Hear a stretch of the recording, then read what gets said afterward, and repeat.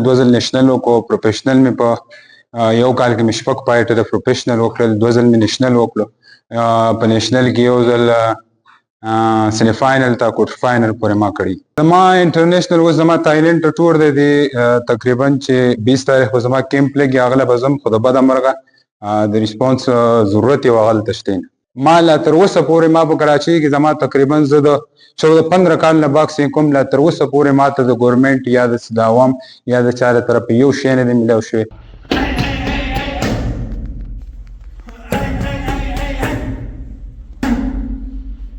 مهرباني ستاسو.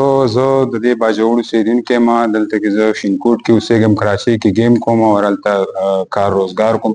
ما الحمدلله 2 ځل نېشنل وکړو، پروفیشنل مې په یو کال کې مې شپږ فایټه د پروفیشنل وکړل، 2 ځل مې نېشنل وکړو.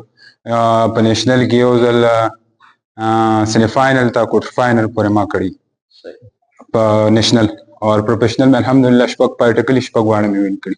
دا مختلف اکیډمۍ نه والا سوات والا او هغو سره مې راغلي، یو پنجاب والا او هغه سره راغلی، نور هلته کراچۍ کې هغه کې خپله فایټران ډېر ښه ښه دي، هغو سره راغلي.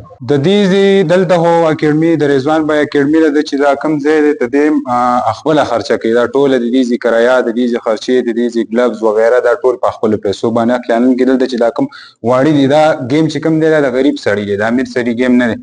نو دی که ټول غریبانان واړه راځي، هغو دلته ګیم یادوي او هغو سره داسې لکه د هغو داسې پیسو وس دس نه کېږي، ځکه یو ځای غواړي خرچې، ګلبزونه غواړي، بینډیج غواړي، ګیم شټ غواړي، 1000 شیونه دا غواړي.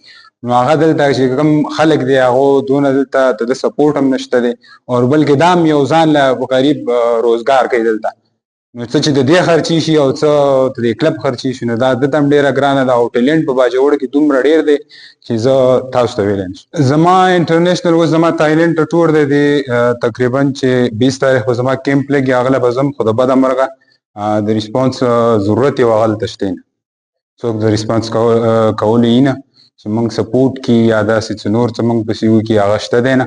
دلته بل دی د ټول فوکس دلته چې کو باجوړ دی، کو نور داسې ځایونه دي، ټول د کرکټ باندې فوکس دي. حکومت د دې باکسنګ چې کوم څه دی، کو زه د کراچۍ خبره تا ته وکړم، په کراچۍ کې چې کوم زموږ د باکسنګ صدر دی چې کو ګلبز راشي هم ځان لېږدي، کو هر شی راشي ځان لېږدي، او بس ما لا تر اوسه پورې ما په کراچۍ کې زما تقریبا زه د 14-15 کال نه باکسنګ کوم، لا تر اوسه پورې ما ته د ګورنمنټ یا د عوام یا د چا له طرفه یو شی نه دی میلاو شوی، تر اوسه پورې په خپله خرچه روان. نو فایده نه لري.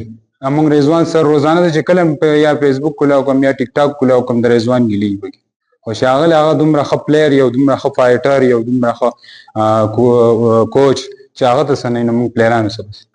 آخري خبره خو زه به دا وکړم چې په باجوړ کې څومره ټیلنټ دی، نو دونه بار نشته دی، ځکه یو ته دې واړه چې کوم دي دا تندرست دي، تکړه دي، جسمانی تکړه دي، پاور یې شته دی. نو که دوی چېرته سپورټ شي او لاس پسې لږه دیکه پسې د شا نه ولګي، نو انشاءالله باجوړ له به ښې ښې میډلې، ښې ښې ډالۍ، ښې ښې خوشحالۍ